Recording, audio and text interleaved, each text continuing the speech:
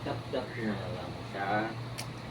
Hi guys, gusto ko lang mag-share at update yung mga friend ko sa Facebook na mag-vlog ulit ako. So, dati kasi yung vlog ko is Xena Vlog. Kung sa hindi pa nakakakilala sa akin, my name is Chris Guancha. So, ang vlog ko dati or yung content ko dati is about food, about province culture, and then the name of yung name ng vlog ko is Xena Vlog. Although doon yun sa kabilang account ko, madami na din yung views. Umabot na ako ng 100,000 views doon.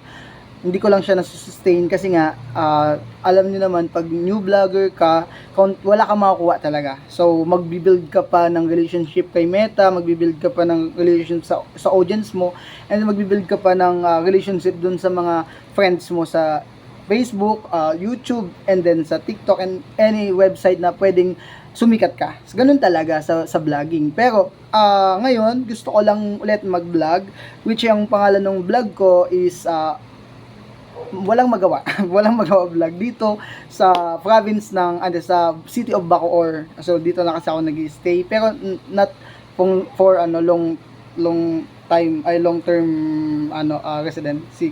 Parang kasi tawag dito, upa-upa lang, gano'n. So, hindi ko talaga sure kung kailan ako dito. Kaya, yun lang naisip ko. Parang, sige, okay, mag-vlog ulit ako. But, yun lang yung gusto kong i-title dun is walang magawa vlog. Ano ba talaga yung content ko? Ano ba yung dapat maging content ko? Wala lang. Kaya nga, walang magawa eh. Surprise! So, start tayo sa beginning to the end. To the end agad? Beginning to the higher char. Beginning to improving. Di ba? May sunan kayo sa akin, di ba? Sulit. Ang pangit pa. Yan. Bakit yung mga pangit na vlogger sumisikat? Mas alam ko na mas sumisikat pa yung mas mga pangit pa. Hindi ako kabilang doon. Nasa middle class lang ako. Ayan, taba ko na. Yun lang, gusto ko lang lahat i-inform. Sana panoodin niyo ako lagi.